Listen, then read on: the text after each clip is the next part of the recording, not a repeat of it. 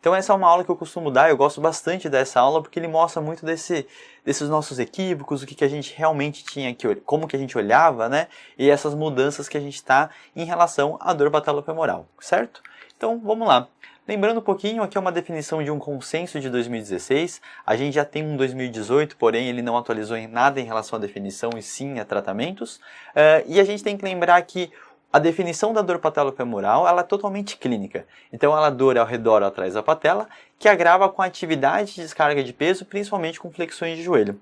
Então se você for pensar, a gente não está falando que o diagnóstico ele é um diagnóstico clínico de uma imagem e tudo mais, né? E sim os relatos do paciente. Então você tem que colher essa história com esse paciente, ver quais situações que ele tem esse incômodo para você começar a suspeitar dessa dor patelofemoral, né? Alguns adicionais que tem em relação a esse diagnóstico que podem estar presentes, que é crepitação ou sensação de raspagem durante movimentos de flexão, a sensibilidade à palpação em facetas patelares, alguns pequenos edemas e dor por tempo prolongado sentado quando levanta e aquele enrijecimento clássico que dá 1, 2, 3 passos e depois passa, né? Então aqui são algumas questões características do que a gente tem de dor patelofemoral, certo? Então vamos lá. Entendendo um pouquinho desse contexto histórico que a gente tem em relação a isso, tudo começou de uma certa forma aonde muitos de vocês já devem ter escutado no famoso VMO também, né? Então o vasto medial oblíquo, uma musculatura que a gente acreditava que antigamente era ele o responsável por manter uma estabilidade do alinhamento patelar em relação à patelofemoral, certo? E aí dentro desse processo que a gente teve algumas mudanças de perspectivas, isso pelo professor Christopher Powers, aonde naturalmente ele fez um exame e aí ele começou a investigar outros processos. Então naquele entendimento da cinemática, do comportamento normal do movimento da patelofemoral, ele fez um estudo com uma ressonância magnética funcional, ou seja, durante o movimento de agachamento, de single leg squat, o paciente, as meninas com dor patelofemoral fizeram movimentação, percebendo uma grande mudança do que a gente imaginava. Então, a ideia era que o vasto medial oblíquo não segurava aquela patela no centro da articulação patelofemoral, só que nesse caso ele percebeu que quem se movimentava não era a patela, e sim o fêmur. Então, nessa hora ele começa a observar essa diferença de comportamento, e assim a gente começa a pensar um pouco mais para cima, na região proximal do quadril, né, do membro inferior, aonde nessa movimentação rotacional, rotação interna e adução do fêmur, quem teoricamente deveria fazer essa movimentação, esse segurar, né, esse movimento, seria a musculatura do quadril, abdutora e rotadora externa. Então dentro desse processo é muito interessante ver essa mudança, onde a gente parou de olhar para articulação patelofemoral diretamente e começar a ver uma influência mais distal. E aí começa um processo interessante, um novo começo de uma era do valgo dinâmico, né? Então, toda essa perspectiva que a gente está vendo é o que levou ao raciocínio clínico que a gente tem até hoje, né? Em relação à movimentação do valgo dinâmico e esse estresse da patelofemoral aumentado e isso podendo prejudicar a paciente e o aumento dessa queixa em si. Tá? Então, tudo isso aqui é um contexto histórico para entender que a gente estava na época do VMO, depois de um tempo a gente começou a crucificar a galera do VMO e começou a falar assim, não, o importante é a musculatura do quadril, mas a gente ainda vai ter alguns entendimentos aí futuros, tá? E aí começaram alguns estudos transversais, né? Então aqui a gente tem em relação à força muscular, a movimentação com descarga de peso, e aí uns estudos um pouquinho mais robustos, porém não muito, então sempre numa casa de 8, 12 meninas, então assim, um número pequeno que não representa grandes coisas. E aí começam algumas revisões narrativas de todo esse processo de a gente precisa olhar para outra coisa, o foco começa a ser no quadril, então vamos direto já para ensaio clínico. E aí lá o pessoal da Santa Casa, Flávio Brick e Thiago Fukuda, realizaram alguns ensaios clínicos relacionados à intervenção do quadril em relação à superioridade da musculatura específica só de quadríceps e patelofemoral em si, né? Então aqui a gente vê que tem uma questão muito interessante da gente intervir nessa causa que a gente tinha encontrado em relação aos estudos do professor Christopher Powers. Só que a gente tem que lembrar de algumas questões metodológicas que são muito importantes.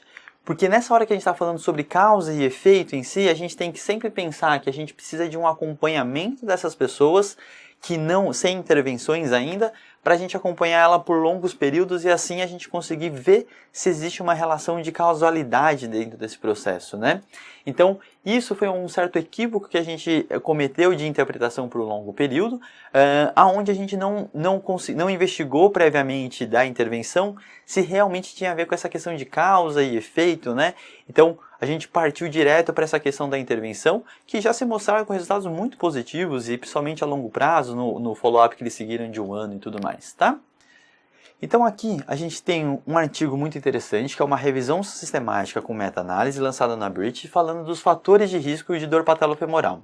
Então aqui a gente tem 18 artigos, onde juntando todo mundo deu quase 5.000 participantes, e 10% mais ou menos deles desenvolveram a dor patelofemoral, certo?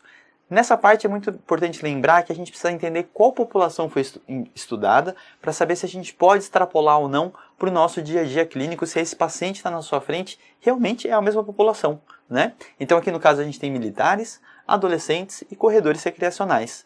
Ou seja, a gente não tem o público sedentário e não tem um público que seja adulto jovem, que não faça nenhuma atividade específica, certo? E aí o que a gente encontrou nessa revisão aqui? A gente tem forte evidência em relação à idade, IMC, peso, altura, massa corpórea e ângulo Q, que eles não são fatores de risco, certo? Então várias coisas aqui que a gente sempre pensou em relação a peso, impacto, altura, alavanca, o famoso ângulo Q, né, o algo estático, não dinâmico dessa vez, a gente sempre entendeu e achou que isso realmente era um fator de risco.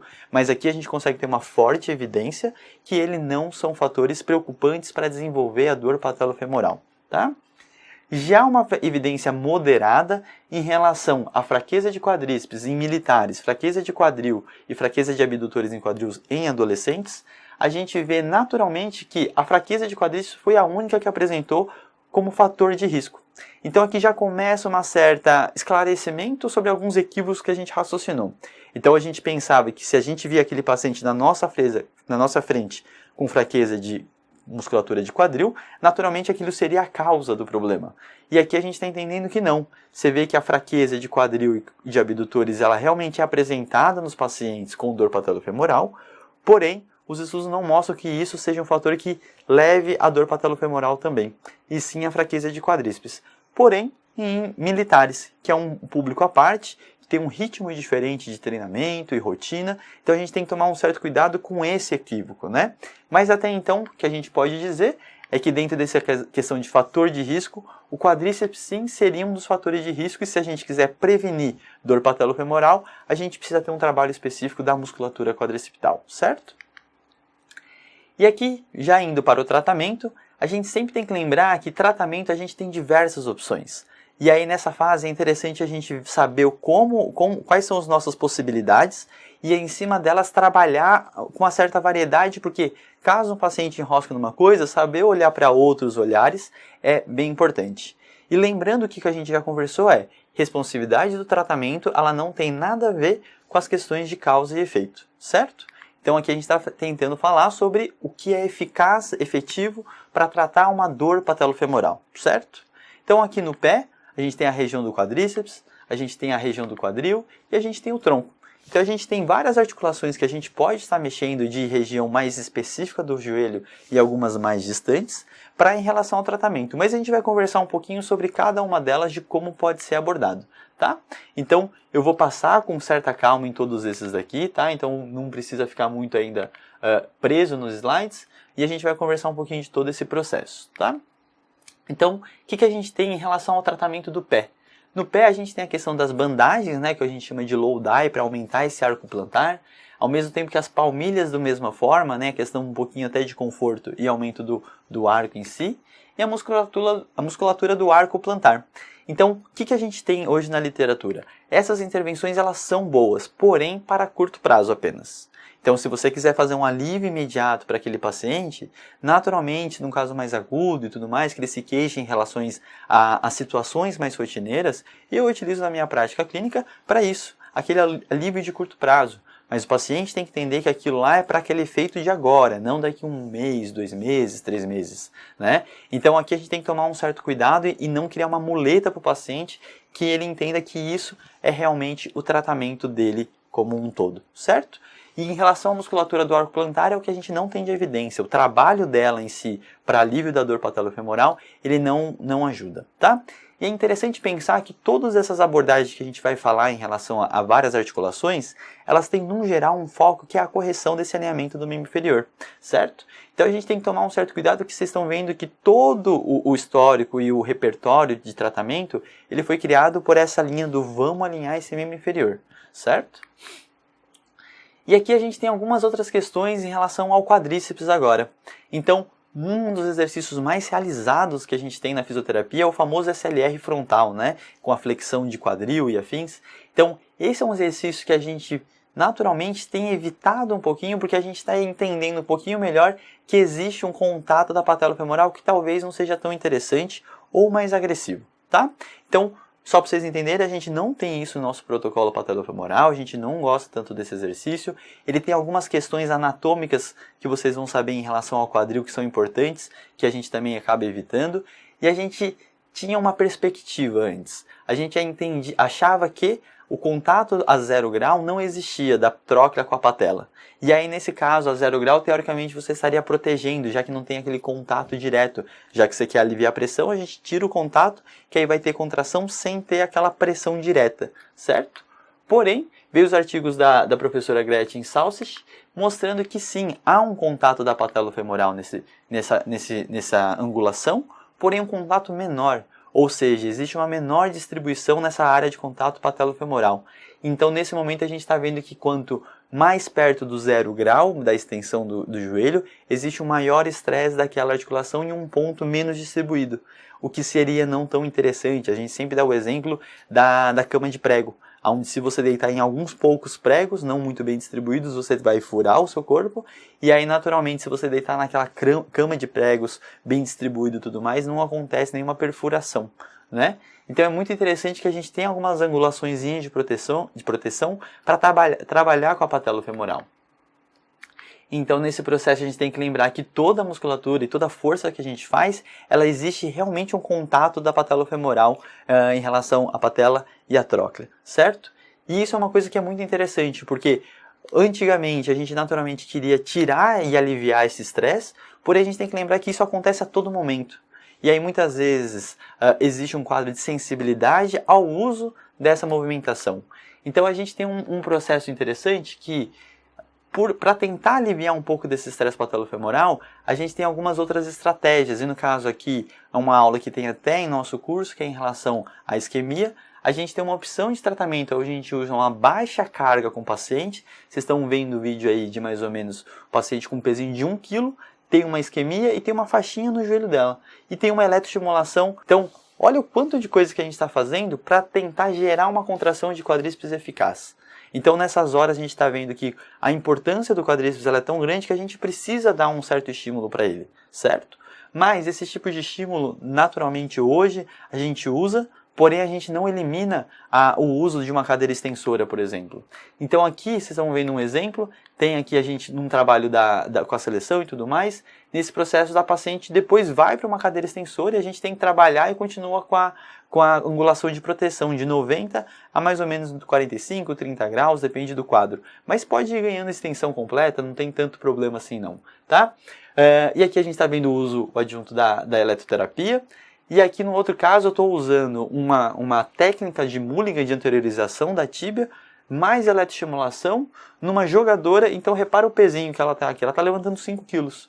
Então olha a dificuldade que ela está tendo. Esse é um caso muito interessante, que a paciente não conseguia ganhar essa força de quadríceps, e a gente tem que usar diversos recursos. Então a gente está usando a joelheira, eletroestimulação, Mulligan, e aí a pessoa está conseguindo fazer 5 quilos. Mas é disso que a gente começa a destravar o caso, porque ela precisa fazer esse estresse, ela precisa receber, porque no dia a dia é o que vai acontecer. Se você fica protegendo demais, naturalmente, quando ela gerar uma sobrecarga numa corrida, numa caminhada, em qualquer outra situação do dia a dia, tudo essas situações que eu falei é muito mais do que esse exercício aqui. Então a gente precisa ensinar essa articulação a receber esse estresse, certo? Então vamos lembrar que mais estresse não necessariamente é mais lesão, principalmente para as articulações. E aí, voltando um pouquinho para o que a gente estava falando do quadril, a gente tem alguns estudos interessantes que todo o processo que a gente está falando, ele é para corrigir isso daqui, o que a gente chama de sinal de Trendelenburg. Então essa queda da pelve contralateral que a gente fala, uma adução de cadeia cinética fechada, ela é o nosso foco, né? E sempre foi por um bom tempo, no sentido a gente precisa corrigir esse alinhamento para que não aconteça esse estresse exagerado na patelofemoral. Mas esses estudos mostraram que é bem interessante que o valgo em si e esse movimento adicional, ele não acontece necessariamente com mais ênfase lá embaixo, com grande grau de flexão do quadril. E sim com uma rotação, né, uma movimentação inicial a 0 grau. Muito perto daquela movimentação que a gente tem durante a caminhada. Então é interessante pensar que a movimentação de rotação interna de quadril é maior quando está a 0 grau de flexão ou extensão de quadril. Então naquele momento que a gente está num apoio unipodal, isso acaba sendo talvez aumentado e a gente precisa tomar um certo cuidado com isso, porque caso ele seja realmente o valgo dinâmico um foco, o início deveria ser nesse comecinho do 0 grau, certo? E é só que a gente tem que saber interpretar que essa questão de mais movimento, será que realmente é mais agressivo? Então aqui eu não estou dando uma resposta naturalmente, é para você pensar um pouquinho mais, para não criar aquela regra do tipo, eu preciso tirar estresse. Talvez a gente só não estava sabendo lidar com essa variabilidade, que aí são algumas questões de controle motor, que eu não vou pôr em questão agora, certo? E aí, vamos lá, esse quadril ele é importante ou não é para a reabilitação patelofemoral? Dentro desse processo da revisão sistemática, tem uma revisão sistemática de 2016 mostrando que sim, ela é eficaz, certo? Então, fortalecimento de quadril e exercícios neuromusculares, eles ajudam nesse processo. Só que a gente tem um certo viés, porque a descrição de carga, como que evolui os exercícios, elas ainda não estão muito bem descritas, né? Tem alguns outros estudos mostrando isso um pouco melhor. Então, dentro desse processo, a gente sabe que cadeia cinética aberta e fechada em relação a todo o fortalecimento, ele é relevante, só que ele não tem grandes diferenças quando você coloca uma revisão sistemática em relação a fortalecimento de quadril ou só joelho. Mas a gente tem que lembrar de um certo pragmatismo que no dia a dia clínico a gente não vai pegar e fortalecer só um grupo muscular. A gente vai dar um suporte como um todo para aquele membro inferior, certo? E aí nessas horas a gente tem que repensar um pouquinho o que a gente está brigando, né? A gente está fazendo uma briga entre teoria, se quem é mais importante é quadril, é joelho. Só que o paciente vai apresentar um quadro clínico para você e você vai trabalhar em cima daquilo, certo? Então aqui é importante porque a gente tem uma segurança que o trabalho dos dois, eles são bons. Então a gente cria mais opções. Mas, por exemplo, se o paciente está com um quadro mais agudo de joelho e você está com essa dificuldade da cadeia cinética aberta, e assim eu mostrei várias estratégias de como trabalhar, e aí naturalmente você pode começar pelo quadril. Porque aí aquilo também já começa um trabalho de suporte para o paciente, ele já começa um processo de estabilidade para o corpo dele, que isso é muito relevante, certo? E aqui a gente tem, para fechar um pouquinho desse raciocínio, um masterclass incrível da professora Nária e o Paulo Lucarelli, mostrando um pouquinho desses equívocos que eu falei para vocês. Então, sugiro de leitura esse artigo, ele está simples, ele está fácil e ele já está mostrando que a gente conversou um pouquinho. Então, qual que foi o grande equívoco que a gente fez, né? Através apenas de estudos transversais, a gente viu uma fraqueza do quadril, alteração da cinemática, adução e rotação interna excessiva, e já gerando uma queda da pelve contralateral, que direcionaria para uma dor patelofemoral. Só que lembra que a gente falou, estudo transversal não serve para falar sobre casualidade. Então a gente não sabe quem veio primeiro, o ovo ou a galinha, não é o estudo transversal que vai trazer. E aí o que a gente fez? A gente extrapolou. Então a gente precisa fortalecer controle motor para quê? Para tudo. Tanto para fator de risco, para prevenir lesão, ou para tratamento, fator prognóstico. Então tudo acabou centrado o problema simplesmente nessa movimentação, né, do valgo dinâmico em si. Sem a gente entender alguns pequenos detalhes que o quão normal é ter valgo, certo? Porque lembrar bem, os estudos iniciais em relação à alteração de cinemática que mostram diferença, a diferença é de mais ou menos 5 graus para quem tem dor e quem não tem dor. E você a olho nu visualizar 5 graus de rotação interna e adução, fica muito difícil, né? Então a gente tem que tomar um certo cuidado porque a gente começou a achar aquilo em tudo, né? E não que aquilo não seja importante, mas tem uma certa hipervalorização que a gente acabou fazendo de todo esse processo, né? E aí dentro disso, o que a gente realmente precisava saber? De estudos prospectivos ou ensaios clínicos, que foi o trabalho de mestrado e doutorado da Nária, onde ela fez o fortalecimento e treino de controle motor, teve melhora da dor e função, porém não alterou nada da cinemática. Então a mesma cinemática de movimentação em relação a single log squat e outras movimentações que ela testou se mantiveram igual antes e depois, mas clinicamente foi muito interessante, porque houve melhora de dor e função.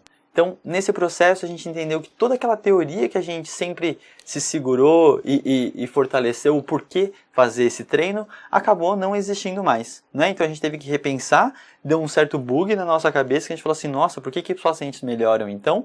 E aí a gente começa a entender um pouquinho que, no geral, não tem um artigo aqui, mas já saiu recentemente, um exercício mostrando que exercícios generalizados são tão bons quanto os exercícios específicos de quadril e quadríceps em si, né? Então a gente vai entendendo e lembrando que existe o efeito modulatório da dor em relação à atividade física, à movimentação segura do paciente. Então aqui a gente não está falando que é qualquer exercício, mas um bom exercício bem realizado e uma certa progressão, a gente realmente consegue melhorar esses pacientes como um todo, né?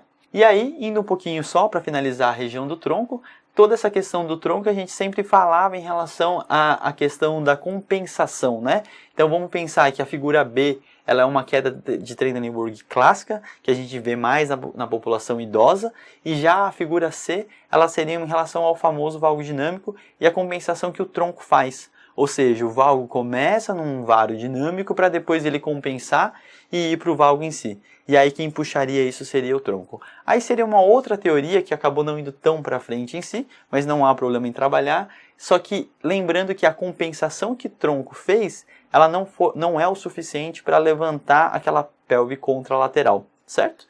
Então, mas isso não impede de você fazer um tratamento baseado no core e afins, porque ele vai ter outras vantagens em si.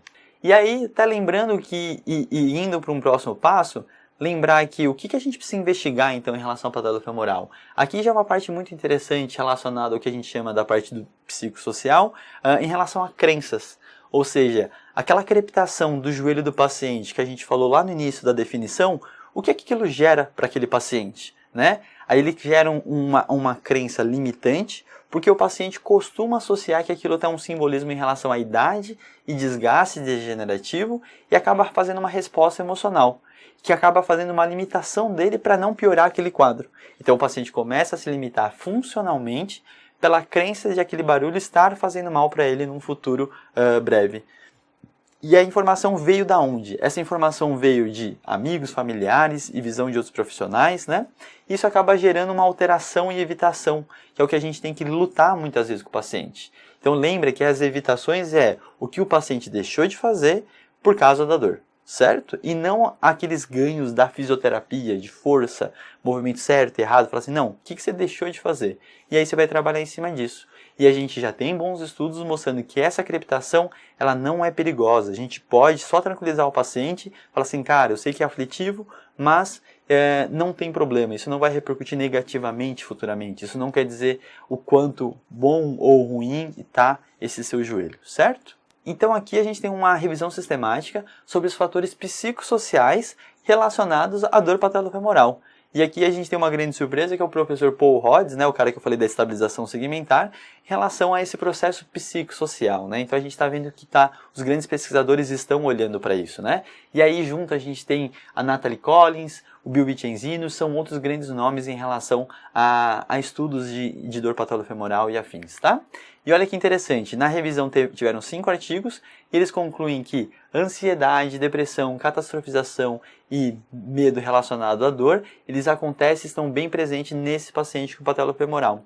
Então, nesse período todo que a gente estava só olhando para uma questão cinemática, mecânica, tem outros fatores acontecendo que a gente acaba deixando um pouco de lado, né? Então, muito interessante que tratar esse paciente como um todo que a gente fala, tem a ver com olhar com esses fatores psicológicos. E lembrar que fatores psicológicos não tem a ver com doenças mentais, como só estresse, ansiedade, por aí vai.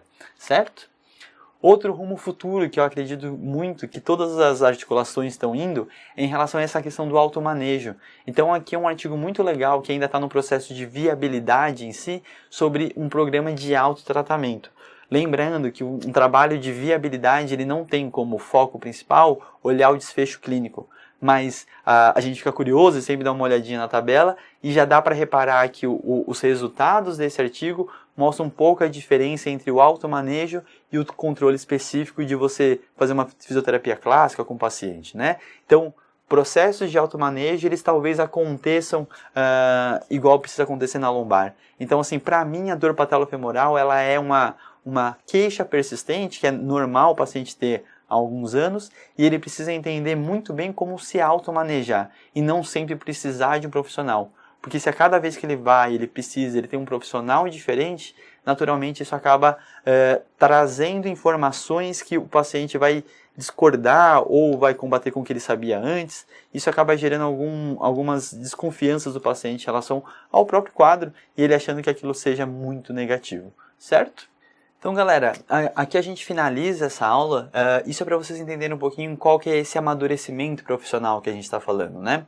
Então, se vocês forem ver, a maioria das patologias, elas passam por gerações e épocas de teorias. Então você vê que a patelofemoral veio do VMO, depois ela subiu para o quadril, depois ela subiu um tempinho para o tronco, mas não ficou muito tempo. O pé sempre foi meio esquecido, voltou a ser falado um pouquinho por causa da dorsiflexão, que eu nem trouxe tantos estudos porque tem pouca coisa ainda.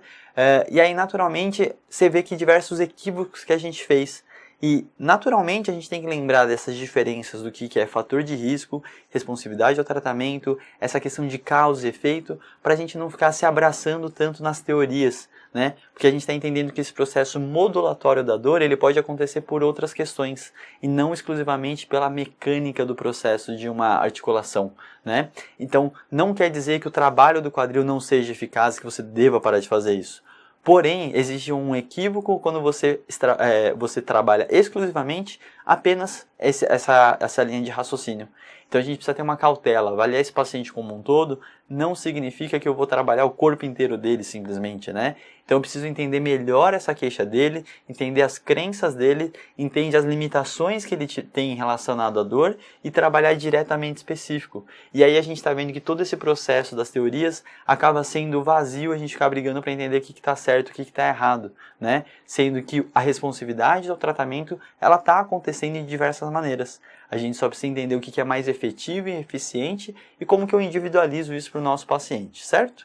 Então, espero que tenham gostado. Isso para dar uma carinha do que vocês vão ver nesse curso, o que a gente está trazendo para vocês em relação às novidades do tratamento ortopédico.